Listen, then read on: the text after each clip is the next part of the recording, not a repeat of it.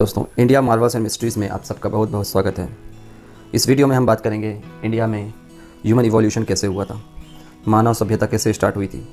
आइए जानते हैं। दोस्तों, एक कहानी के माध्यम से हम जानते हैं। जब पृथ्वी पर कुछ भी नहीं था, जब आकाश में भी कुछ नहीं था, आकाश में कुछ एनर्जी सोर्सेस आपस में घूम रहे थे, एस्ट्रॉइड जिसको बोला जाता है, आपस में भ्रमण कर रहे थे।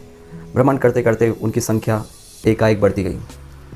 संख्या उनकी बढ़ने लगी तो वो एक बड़े एस्ट्रॉइड के रूप में तब्दील हो गए और ऐसा करते करते उनकी एक नया शेप वे लेने लगे। नया शेप बनने के बाद वो एक बड़े आकार में तब्दील हो गए। फिर एक बहुत बड़ा स्फोट हुआ जिसको हम कहते हैं बिग बैंग थ्योरी। उस स्फोट से बहुत सारी ऊर्जाएं निकली।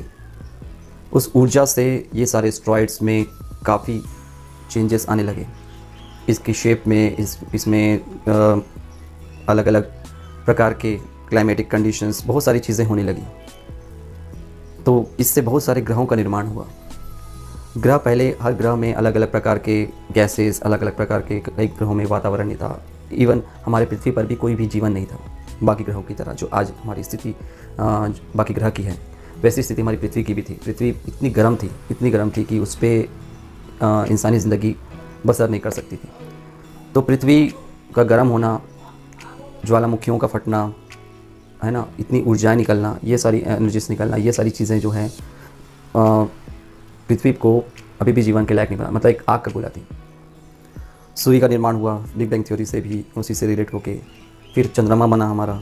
तो उससे क्या हुआ, पृथ्वी फिर धीरे धीरे रोशनी की कमी के कारण या फिर वातावरण से उसमें चेंजेस आने लगे। पृथ्वी ठंडी होने लगी और इतनी ठंड होने लगी कि हर चीज़ जमने लगी, बर्फीला हो गया, जिसे हम कहते हैं आइस एज।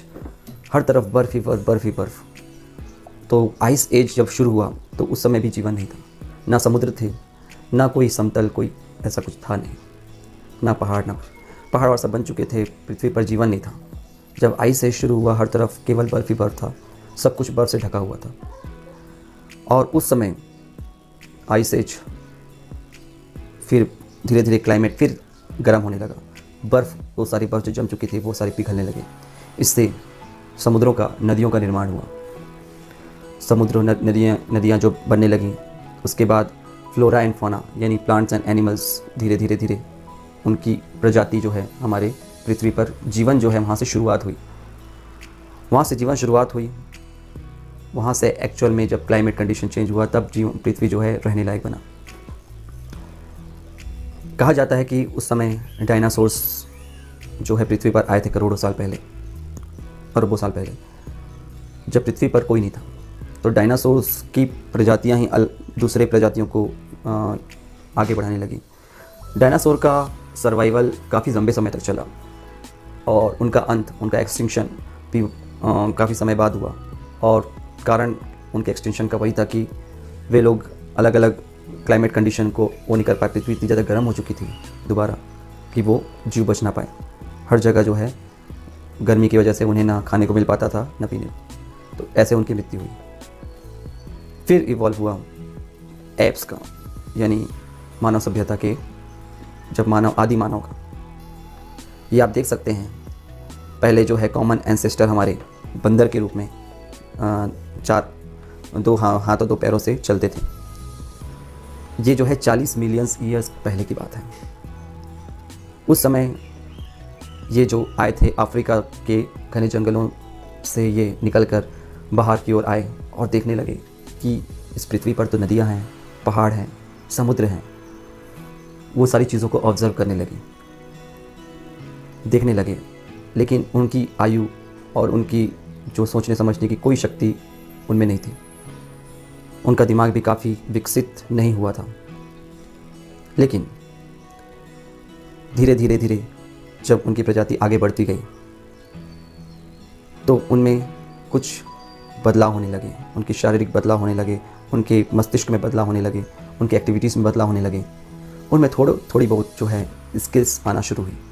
उन्होंने सोचना शुरू किया कि यहाँ आसपास में इतने सारे पत्थरें हैं, उन पत्थरों से क्यों ना कुछ बनाया जाए। तो उनके दिमाग में आया कि पत्थरों से हम कुछ बना सकते हैं। तो उन्होंने बनाना शुरू किया। कई सारे टूल्स बनाए और उसका उपयोग उन्होंने अलग अलग कार्यों में किया। लेकिन अभी भी उनका स्वभाव, उनका जो जैसा वो दिखते थे, जैसा वो चलते थे, वो भी अभी भी वो एप्स की तरह ही उनका जीवन चला था। फिर कुछ समय बाद 5 मिलियन ईयर्स अगो, यानी 5 अरब साल पहले, फिर जो है ये एप्स सीधे खड़े होना शुरू किए, अपने आप को एक बॉडी को स्टेबल खड़ा करके उन्होंने सोचा कि हम सीधे भी 2 पैरों से चल सकते हैं। तो उन्होंने 2 पैरों से अपना चलना सीखा और दोनों हाथों को अलग अलग सामग्री बनाने के लिए उन्होंने उपयोग में लाना शुरू किया। उन्होंने जो है पत्थरों के कई सारे टूल्स बनाए जिन्हें वो शिकार करने के लिए यूज़ किया करते थे। अलग अलग एनिमल्स को मारकर कच्चा खाने में वो बिलीव करते थे। तो उस समय उनकी कोई थिंकिंग कैपेसिटी नहीं थी। अपने लिए जहाँ भी गुफाओं में रहना वो ज़्यादा पसंद करते थे। हर लोग सब जगह से छुप के रहते थे। क्लाइमेटिक कंडीशन को भी वो नहीं समझ पा रहे थे कि अचानक जो है ये पृथ्वी पर गर्मी, अचानक ठंड कैसे पड़ जा रही है। तो अपने आप को उस लायक तैयार नहीं कर पा रहे थे। फिर धीरे धीरे ग्रेजुअली जब उनकी आगे प्रजाति बढ़ती गई तो उसमें थोड़ा बदलाव होना शुरू हुआ। उनके ब्रेन साइज़ बढ़े, उनके सोचने समझने की शक्ति थोड़ी बढ़ी। फिर वो लोग जो है होमो इरेक्टस में जब पहुँचे, होमो इरेक्टस जिन्हें कहा जाता है, वो उनमें थोड़ी सभ्यता आने लगी। स्किलफुल वो लोग जो है पत्तों के माध्यम से अपने आप को ढकने लगे। गुफाओं के बजाय वे शेल्टर्स का उपयोग करने लगे, अलग अलग जगह पर जहाँ पर वो सभी मौसम से बच सकें।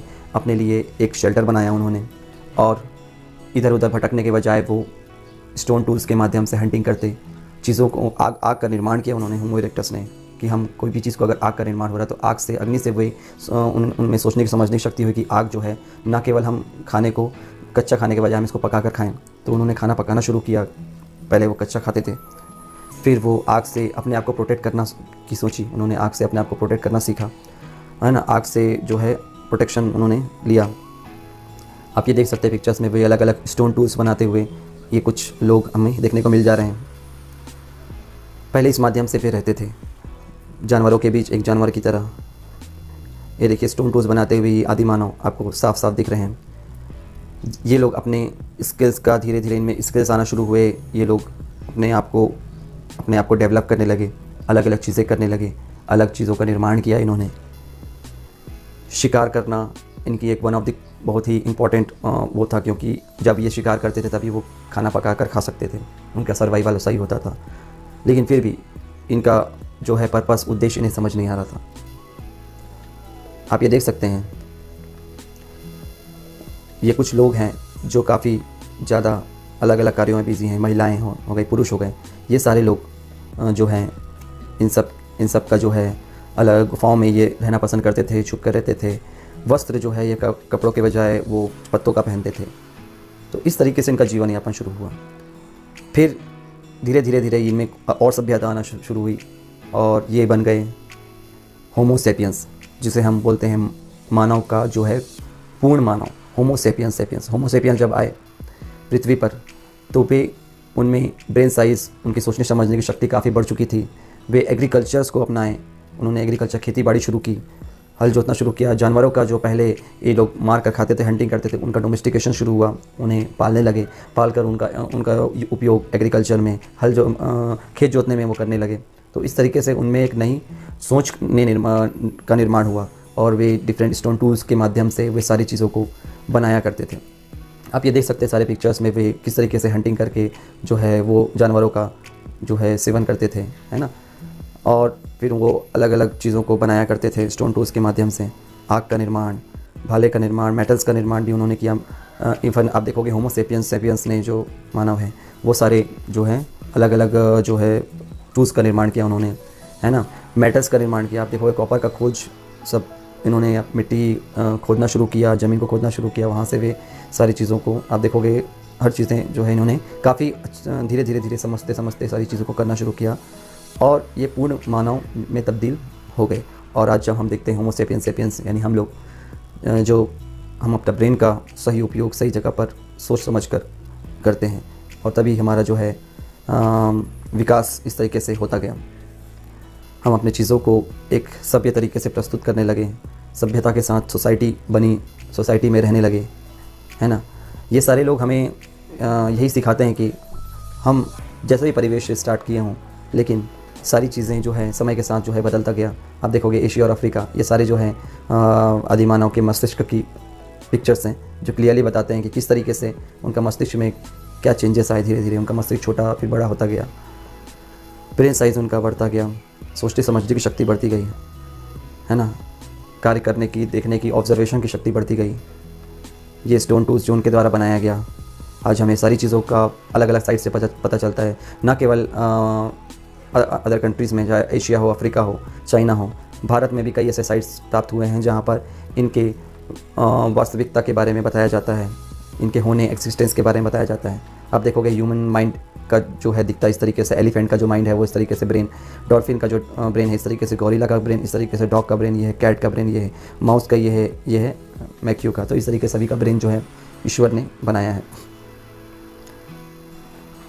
तो ये सारी सभ्यताएं जो है धीरे धीरे हमारे जीवन को बेहतर बनाने के लिए और एक अच्छी सीख देने के लिए काफ़ी ज़्यादा इंस्पिरेशनल है।